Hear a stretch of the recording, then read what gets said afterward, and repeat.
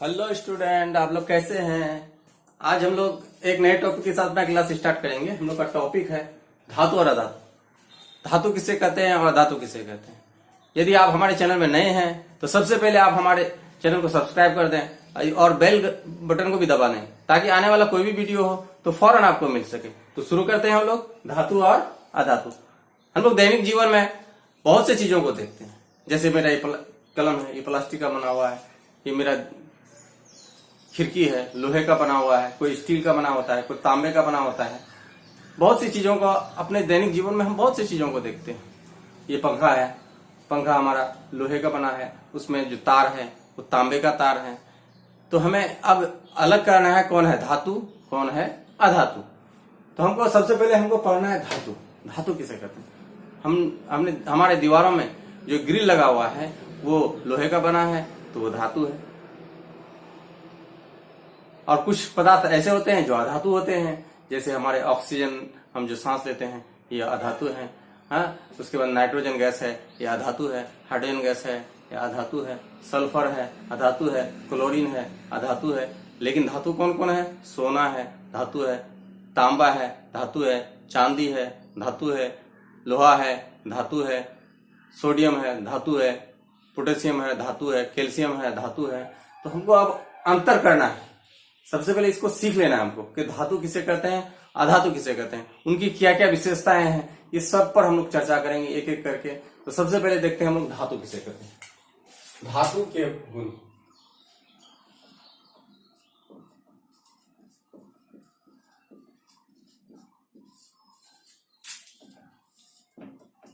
हम लोग ध्यान दें कौन कौन धातु है। सबसे पहले हम लोग देखते हैं लोहा है, ये धातु है। सोना है, धातु है। चांदी है, धातु है। एल्यूमिनियम है, कॉपर है, तांबा है, धातु। इसको तो आम दैनिक जीवन में हम इसका इस्तेमाल ही करते हैं, तो हमारे ये धातु है। तो इसमें हम लोग क्या क्या विशेषता देखते हैं। सबसे पहले हम लोग को ये ध्यान देना है कि इसमें हम लोग क्या क्या विशेषताएं देखते हैं।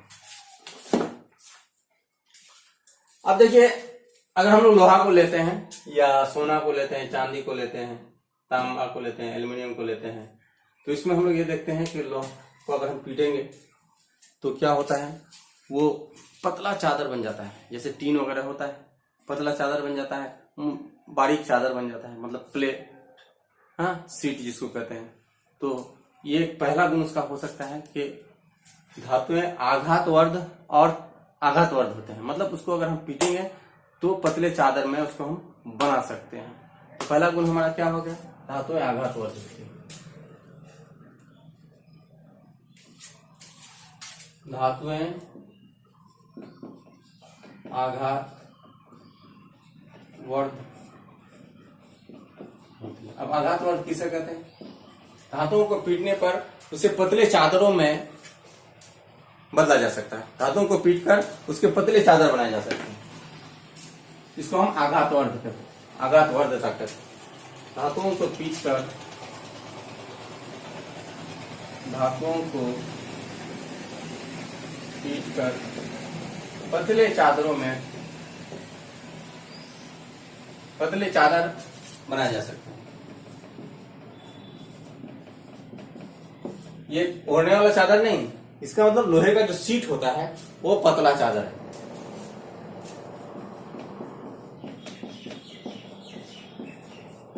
इस गुण को आघातवर्धता कहते हैं। धातुओं के इस गुण को आघातवर्धता कहते हैं।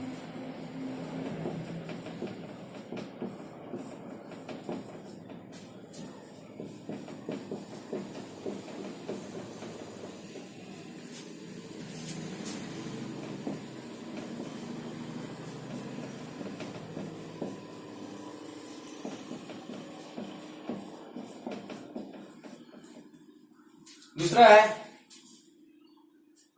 जैसे सोना और चांदी जो है ना, हमारे उत्तम आघातवर्ध है। सोना और चांदी, सोना और चांदी उत्तम आघातवर्ध है। सोना चांदी उत्तम आघातवर्ध।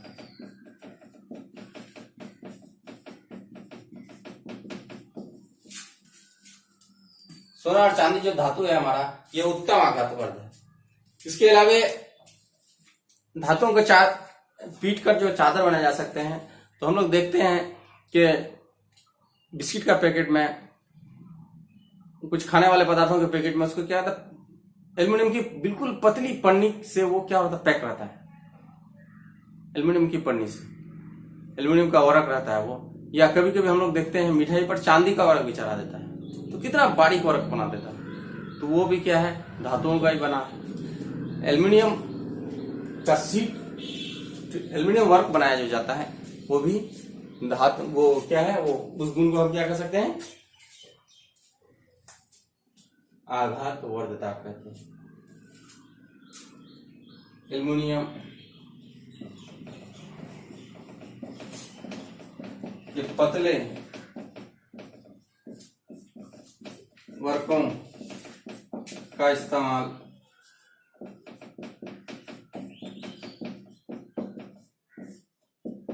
खाद्य पदार्थों,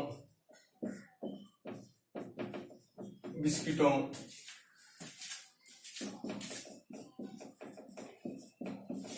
के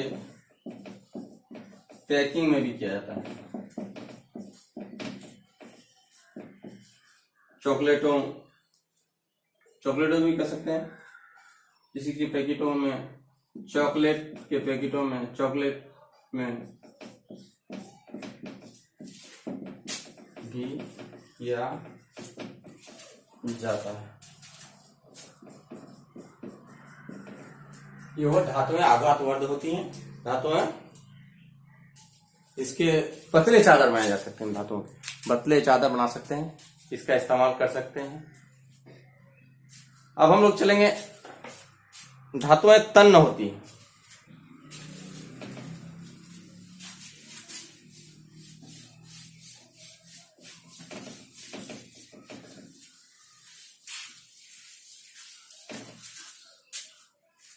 दूसरा गुण है इसका, धातुएं तन्य होती हैं।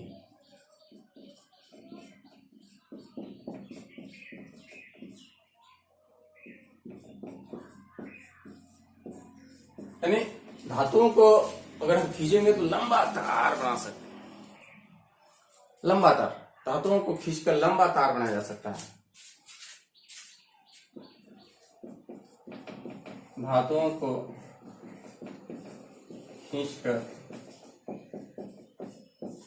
लंबा तार बना सकते हैं।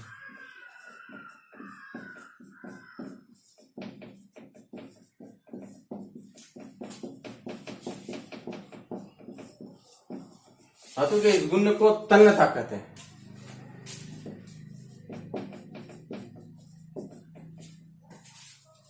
धातु के इस गुण को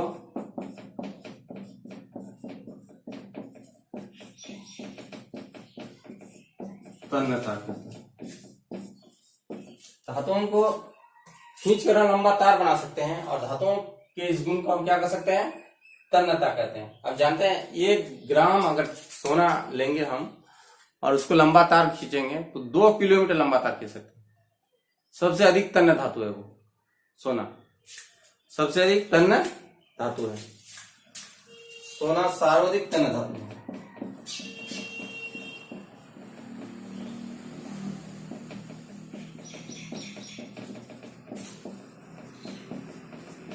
कैसा धातु है, सोना सर्वाधिक तन्य धातु है, सबसे ज्यादा तन्य धातु हमारा सोना है। अब अगला हम लोग देखते हैं इसका,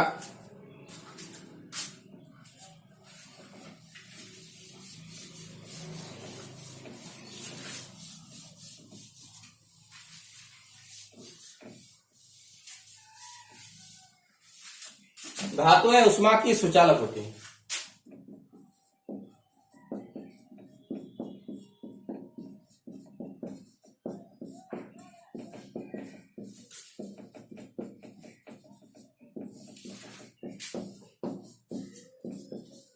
धातुएं उष्मा की सुचालक होती है। देखिए, धातुएं उष्मा की सुचालक होती है। धातुएं क्या होती है, उष्मा की सुचालक। जैसे हम लोग खाना बनाते हैं, खाना बनाने का जो बर्तन होता है हमारा, एल्युमिनियम का होता है, या तो तांबे का होता है, या तो लोहे का भी होता है, कढ़ाई वगैरह होता है, लोहे का भी होता है। तो इससे क्या देखते हैं हम, धातु नीचे अगर उष्मा देते हैं तो वो हमारा बर्तन गर्म हो जाता है। तो ये हम कह सकते हैं धातु में उष्मा की क्या है, सुचालक होती है। अब जैसे खाना बनाने वाला बर्तन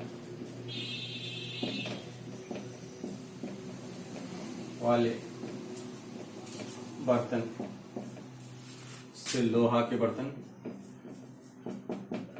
लोहा, तांबा, एल्यूमिनियम उष्मा के अच्छे चालक है, उष्मा के सुचालक है।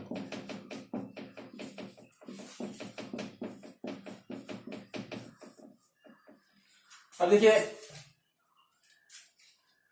कुछ धातु ऐसे भी होते हैं जो उष्मा के चालक नहीं होते हैं। ये हमें अपवाद में पढ़ना है।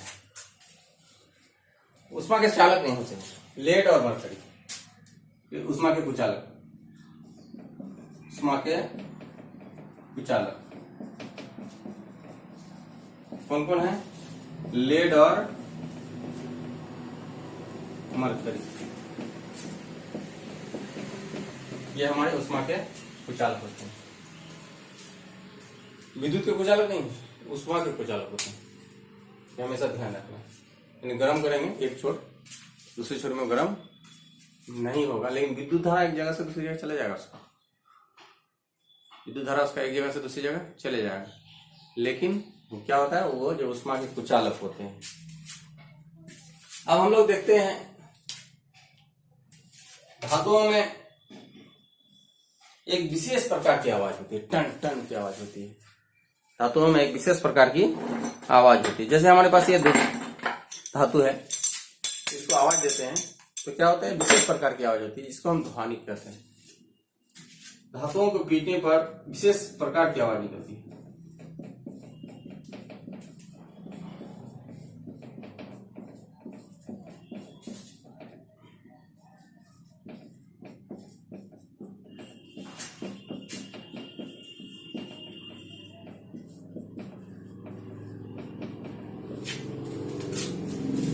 आवाज उत्पन्न होती है।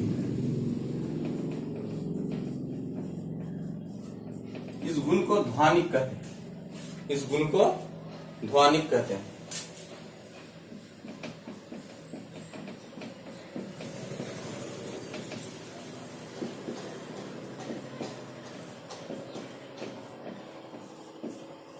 अब देखिए स्कूल में जो घंटी होती है, स्कूल में जो घंटी बजती है वो किसकी बनी होती है, हम लोगों ने कभी पता किया है? वो तांबे की बनी होती है। स्कूल की जो घंटी होती है वो तांबे की बनी होती है। स्कूलों की घंटी तांबे की बनी,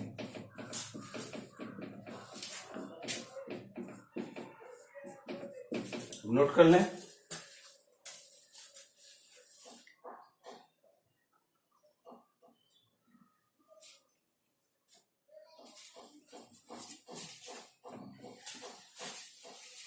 अब हम लोग चलेंगे, धातुओं की सतह चमकीली होती है, चमकदार होता ही है धातु, धातु का अपना चमकता है।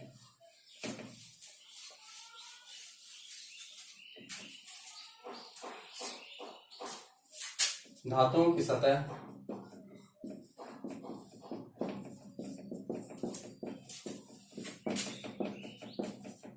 चमकदार, धातुओं की सतह चमकदार होती है। अब देखिए सिल्वर धातु में अगर हम जाएंगे, देखिए चांदी कितना चमकता है, चांदी कितना चमकता है, सोना कितना चमकता है। सोना पीले रंग की धातु है, पीली धातु भी कहते हैं उसको। अब देखिए चांदी में चमक आप देखते ही होंगे, और चांदी में हम चेहरा भी देख सकते हैं। चांदी का अगर कोई सीट है उसको हम चेहरा भी देख सकते हैं। और ये जो चांदी का इस्तेमाल हम जो आईना देखते हैं या दर्पण देखते हैं, उसके पीछे उसका लेप चढ़ा हुआ रहता है। चांदी चांदी चांदी सबसे अच्छा परावर्तक, चांदी उत्तम परावर्तक।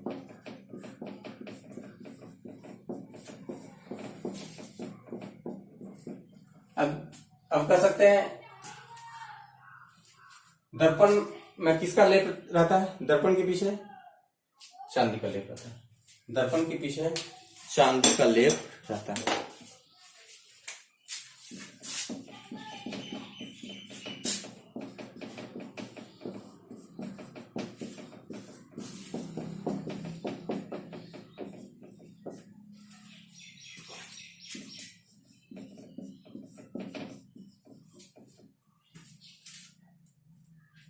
दर्पण के पीछे चांदी का लेप रहता है, ये हमें ध्यान देना है।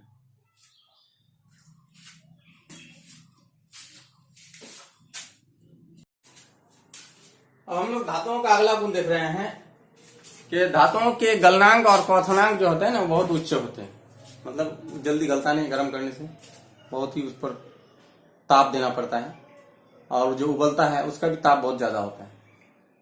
तो हमको ये ध्यान देना है कि कुछ जो मुख्य धातु है, लोहा है, उसका गलनांक कितना होता है? 1535 डिग्री सेल्सियस, यानी 1535 डिग्री सेल्सियस अगर मैं गर्म करेंगे उसको, तब वो पिघल जाएगा। जिंक का गलनांक होता है 419 डिग्री सेल्सियस। कॉपर का गलनांक होता है 1083 डिग्री सेल्सियस। इसके अलावा ये देखिए, ये कुछ धातु ऐसे हैं जिसका गलनांक कम होता है। सोडियम पोटेशियम धातु है, ये कठोर नहीं होता है, इसको हम चाकू से काट सकते हैं। चाकू से काट सकते हैं इसको, सोडियम पोटेशियम को चाकू से काट सकते हैं।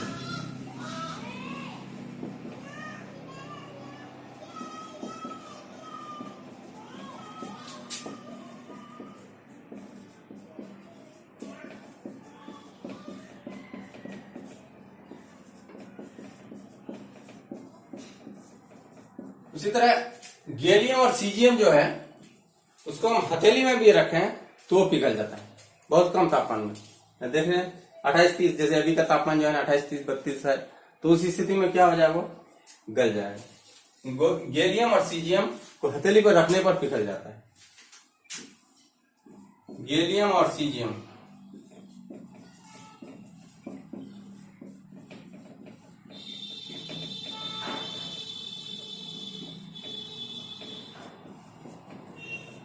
हथेली पर रखने पर पिघल जाता है।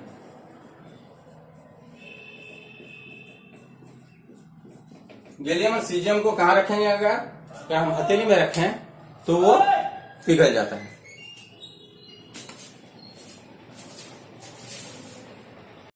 धातुएं जो है वो कमरे के ताप पर ठोस अवस्था में पाए जाते हैं। जैसे लोहा, सोना, चांदी, तांबा वगैरह सब हम लोग देख रहे हैं, ठोस अवस्था में पाए जाते हैं। आपने कभी कोई ऐसा धातु देखा है जो द्रव अवस्था में पाया जाता है? हाँ, मिलता है द्रव अवस्था में, पारा मिलता है, इसको मरकरी कहते हैं, वो द्रव अवस्था में पाया जाता है। थर्मामीटर में इसका इस्तेमाल हो रहा है, हम लोग देखे होंगे थर्मामीटर, डॉक्टरी थर्मामीटर। अभी तो थर्मामीटर दो टाइप का आ गया है, एक होता है डिजिटल और एक जो मैनुअल वाला है, जिसको हम ऐसे घुमा के देखते हैं, उसमें पारा भरा रहता है।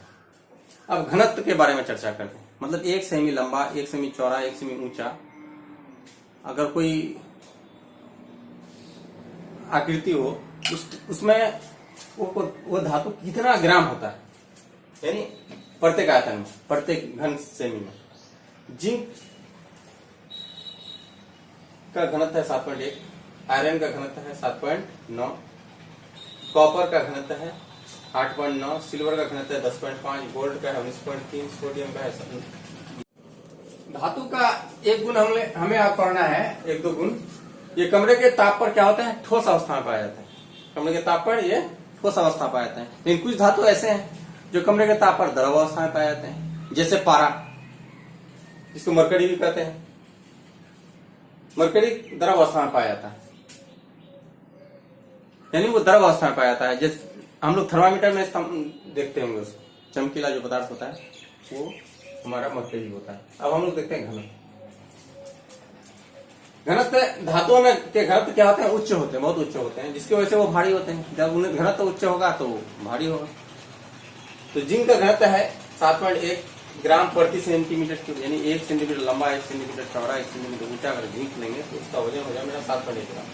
आयरन का 7.9, कॉपर 8.9, सिल्वर 10.5, गोल्ड का है 19.3, सोडियम का है 0.97, पोटेशियम का 0.86, मैग्नीशियम का है 1.74, और एल्यूमिनियम का है 2.7। धातुओं के ये हमारे थे भौतिक गुण। अब हम लोग इसके रासायनिक गुण पर चर्चा करेंगे। धातुओं के रासायनिक गुण कौन कौन है। अब हम लोगों को धातुओं के रासायनिक गुण पढ़ना है। धातुओं के क्या क्या रासायनिक गुण है। तो सबसे पहला हम लोग देखते हैं धातुओं ऑक्सीजन से कैसे विक्रिया, धातु जितने भी हैं वो ऑक्सीजन से कैसे विक्रिया करता है। तो धातु ऑक्सीजन से विक्रिया कर धात्विक ऑक्साइड बनाता है, जो कि क्षारीय प्रकृति का होता है। धातुएं ऑक्सीजन से विक्रिया कर धातु प्लस ऑक्सीजन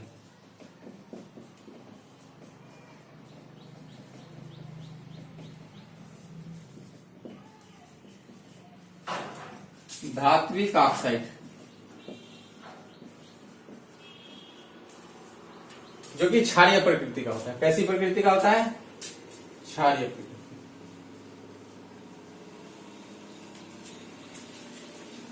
धातु ऑक्सीजन से विक्रिया कर धात्विक ऑक्साइड बनाते हैं, जो कि क्षारीय प्रकृति का होता है। सबसे पहले हम लोग देखते हैं इसमें सोडियम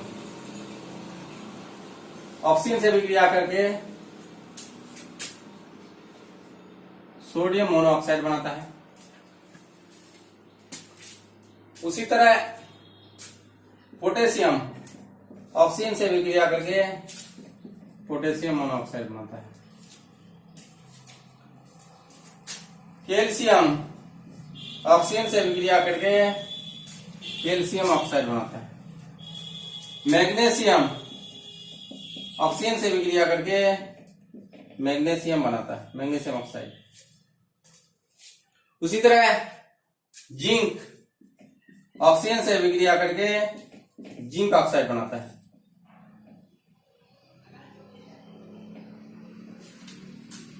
उसी तरह कॉपर ऑक्सीजन से विक्रिया करके copper oxide.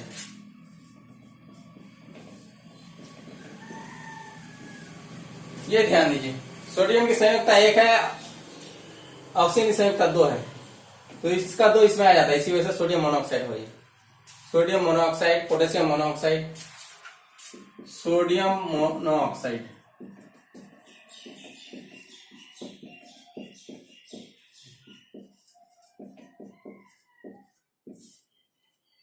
Potassium monoxide.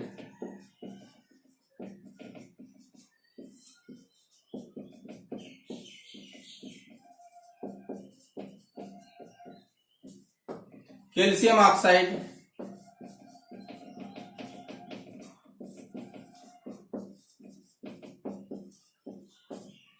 Magnesium oxide.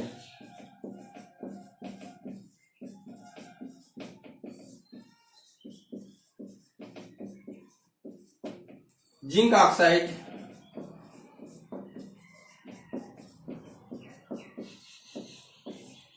इसी तरह कॉपर ऑक्साइड।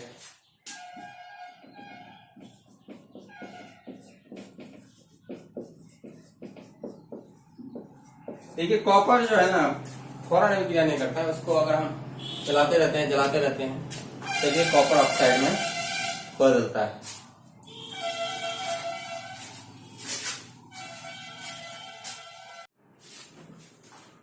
धातुओं के रासायनिक गुण में हम लोग पढ़ रहे हैं धातु का ऑक्सीजन से विक्रिया।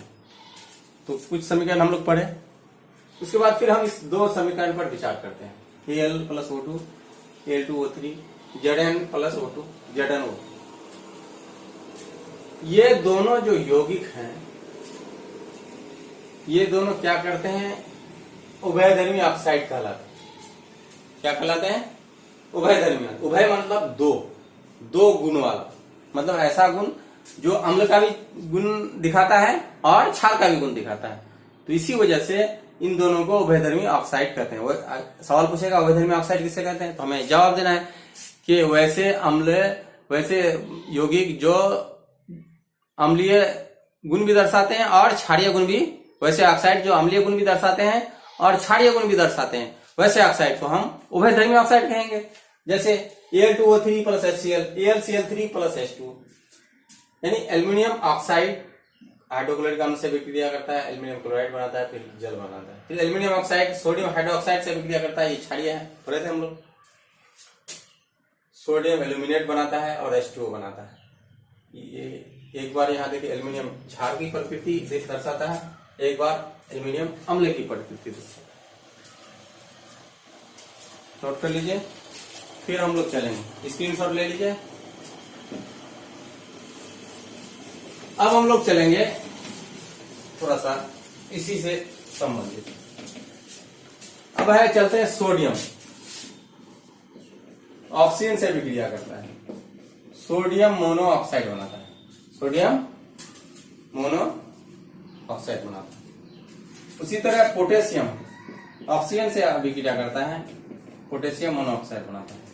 ये दोनों सोडियम और पोटेशियम इतना अभिक्रियाशील होता है, इसको अगर हम खुले छोड़ देंगे तो ये इसमें आग पकड़ लेता है, इतना अभिक्रियाशील होता है। खुले में छोड़ने पर ये क्या कर लेता है, आग पकड़ लेता है इसमें। इसी वजह से इसको बचाने के लिए केरोसिन तेल में डुबाकर रखा जाता है। तो सवाल पूछेगा सोडियम और पोटेशियम को केरोसिन तेल में डुबाकर क्यों रखा जाता है, लिख देते हैं। सोडियम और पोटेशियम को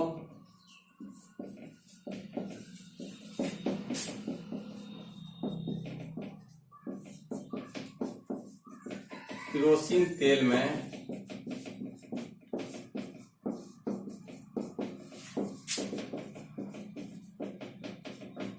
डुबाकर क्यों रखा जाता है।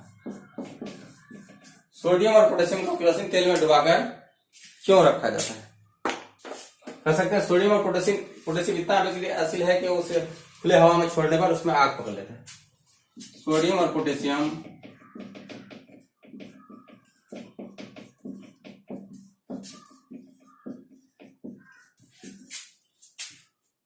अत्यंत अभिक्रियाशील होता है।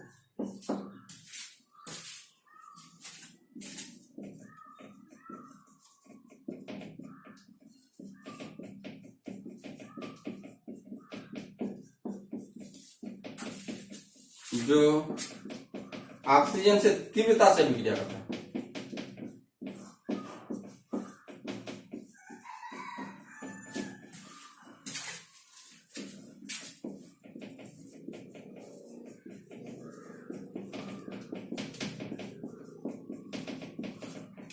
खुले में छोड़ देने पर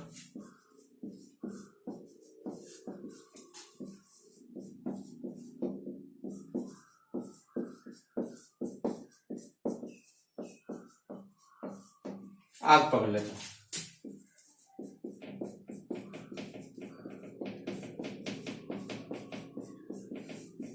इसी कारण इसे केरोसिन तेल में डुबाकर रखा जाता है।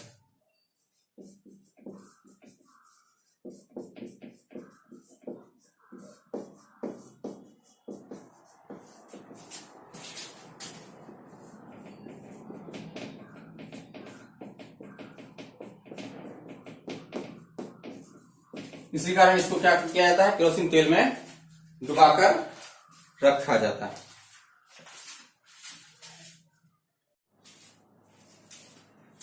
अब देखिए हम लोग को पढ़ना है, अगला सवाल है सोडियम ऑक्साइड और पोटेशियम ऑक्साइड जल में घुलकर क्या बनाता है। सोडियम ऑक्साइड और पोटेशियम ऑक्साइड, हम सोडियम ऑक्साइड का सूत्र है Na2O प्लस H2O, NaOH बनेगा, सोडियम हाइड्रोक्साइड बनेगा, इसको कास्टिक सोडा भी कहते हैं। यानी सोडियम ऑक्साइड और जल से विक्रिया कराएंगे तो सोडियम हाइड्रोक्साइड बनता है, कास्टिक सोडा। उसी तरह पोटेशियम ऑक्साइड जल से विक्रिया कराएंगे, पोटेशियम हाइड्रोक्साइड बनता है, पोटेशियम हाइड्रोक्साइड बनता है। इसके अलावा मैग्नीशियम, इसके अलावा क्या बनाता है ये तो समझ में आ गया। इसके अलावा मैग्नीशियम हो गया, एल्यूमिनियम, जिंक,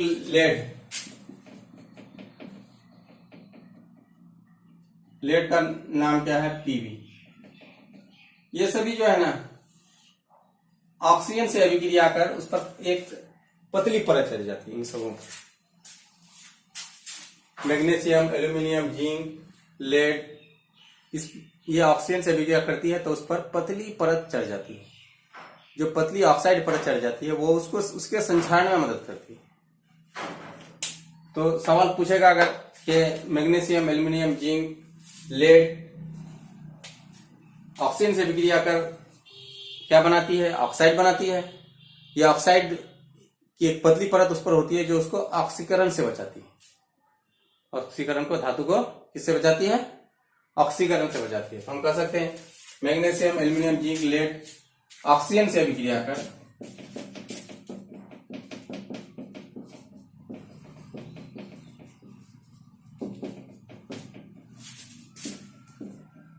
ऑक्साइड की पतली परत बनाती है।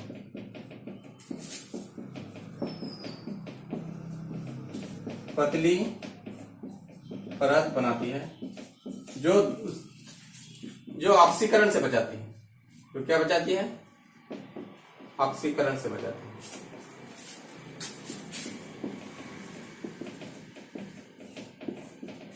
इसके अलावा लोहा को आपने जलते हुए देखा है। लोहा को हम लोग जलते हुए देखे हैं। कब? जब ज्वाला हो, मतलब आग, और उस पर लोहे के बुरादे को फेंकेंगे तब लोहा जलता हुआ दिखाई देता है। लोहा जलता हुआ दिखाई देता है। तो ये ध्यान देना है। तो लोहे के चूर्ण को अगर हम किसी ज्वाला में के संपर्क में डालते हैं तो क्या होता है? वो जलता हुआ दिखाई देता है और ऑक्साइड, लो ऑक्साइड बनाता है। क्या बनाता है? लो ऑक्साइड बनाता है।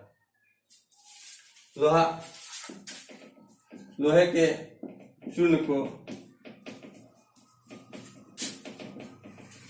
ज्वाला के पास ले जाने पर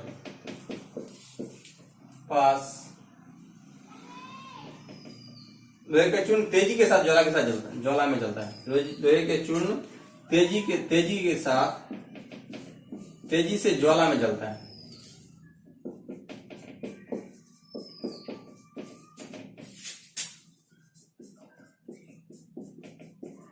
और लो ऑक्साइड बनाता है।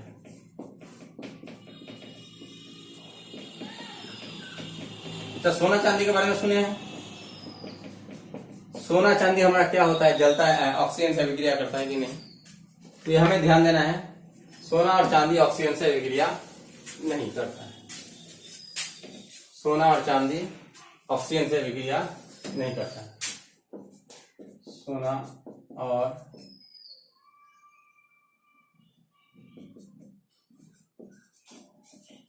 चांदी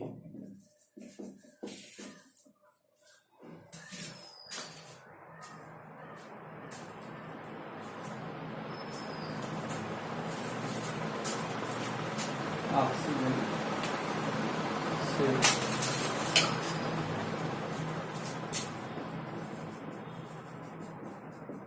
अभिक्रिया नहीं करता। सोना और चांदी ऑक्सीजन से अभिक्रिया नहीं करता। ये देखिए,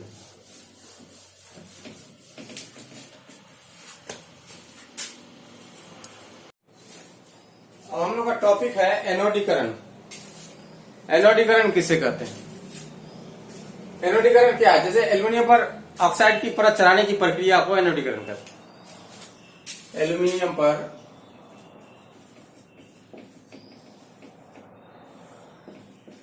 ऑक्साइड की परत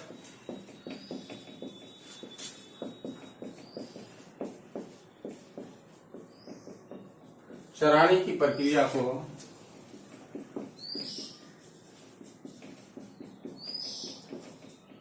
क्या कहते हैं? एनोडीकरण कहते हैं।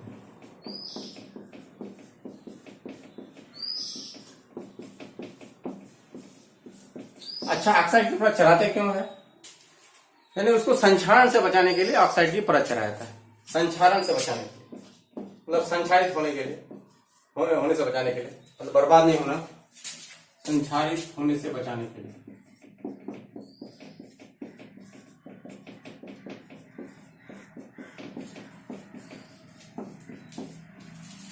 ऐसा किया जाता है, एनोडीकरण किया जाता है।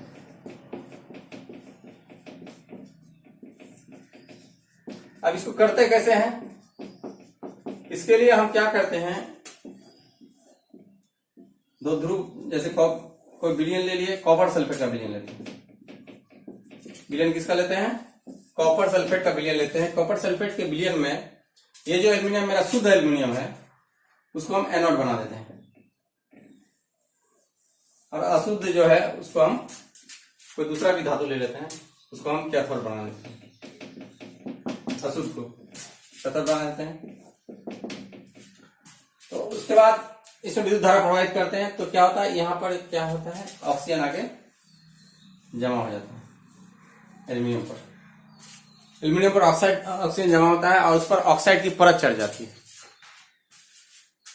एल्यूमिनियम पर ऑक्सीजन जमा होता है और उससे ऑक्साइड की परत चढ़ जाती है, जो उसको संक्षारित होने से बचाती है। एल्यूमिनियम को संक्षारित होने से बचाती है। आप इसको समझ लीजिए। इसके लिए कॉपर सल्फेट के विलयन में, इसके लिए कॉपर सल्फेट के विलयन में शुद्ध एल्यूमिनियम का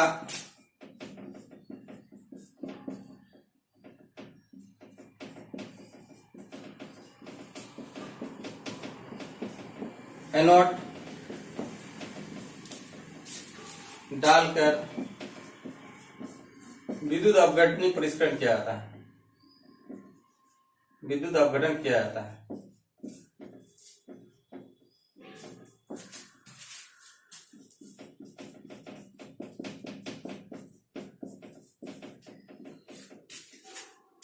एनोड पर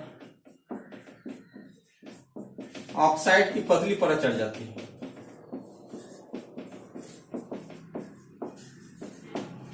ऑक्साइड की पतली परत चढ़ जाती है, जिसे एनोडीकरण कहते हैं।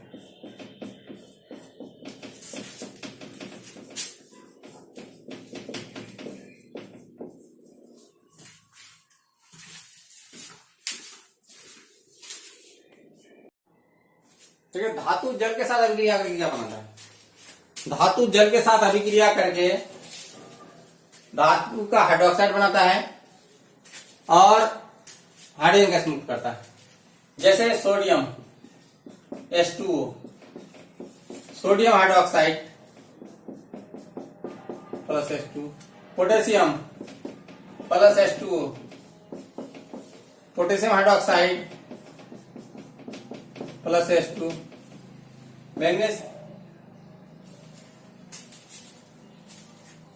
Magnesium plus H2O, magnesium hydroxide plus H2। अब देखिए लोहा Zn और Fe, लोहा Zn और Fe भाप से अभिक्रिया करके क्या बनाते हैं? लोहा जिंक, लोहा Zn जिंक भाप से अभिक्रिया करके क्या बनाता है? लोहा एल्यूमिनियम, एल्यूमिनियम जाता है इसमें, भाप से अभिक्रिया कर क्या बनाता है? ये सभी जो है भाप से अभिक्रिया करके ऑक्साइड बनाता है। जैसे एल्यूमिनियम प्लस जल, अगर हम भाप दे दिए, यानी इसका मतलब ये भाप दे रहे हैं, Al2O3 बनेगा प्लस H2। उसी तरह अगर हम लोहा ले लेंगे Fe प्लस H2, यानी भाप ले लेंगे Fe2O3 बनेगा प्लस H2 बनेगा। उसी तरह Zn को भी ले लेंगे तो मेरा उसी तरह बनेगा।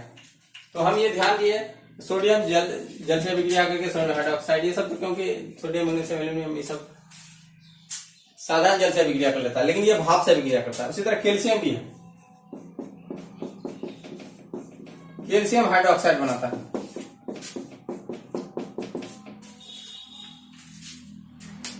यानी कैल्शियम, सोडियम, पोटेशियम, मैग्नीशियम जल से अभिक्रिया करके हाइड्रोक्साइड बनाता है। लोहा, एल्यूमिनियम और जिंक अभिक्रिया करके ऑक्साइड बनाता है। ये हमें ध्यान देना है।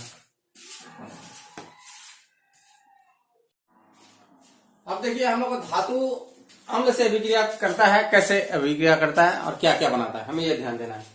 हम लोग अम्ल, क्षार और लवण चैप्टर में पढ़े हैं कि धातु अम्ल से अभिक्रिया करके लवण बनाता है और हाइड्रोजन गैस बनाता है। तो अब हम ये सब धातु ले लेते हैं, ज्यादा धातु लेंगे नहीं। अम्ल हमारा कई प्रकार का होता है, एक HCl होता है, एक H2SO4 होता है, HNO3 होता है। तो हम लोग HCl लेके चलते हैं, हाइड्रोक्लोरिक अम्ल लेके Na+HCl ले लेते हैं, हाइड्रोक्लोरिक अम्ल वाइज, हाइड्रोक्लोरिक अम्ल Na+HCl, तो NaCl हो जाएगा प्लस H2। उसी तरह Al, एल्यूमिनियम प्लस HCl से विक्रिया करेगा, AlCl3, aluminium chloride plus H2 बनेगा। इसी तरह Zn प्लस HCl से विक्रिया करेगा, ZnCl2 प्लस H2 बनेगा। Fe प्लस HCl से विक्रिया करेगा, FeCl3 प्लस H2 बनेगा।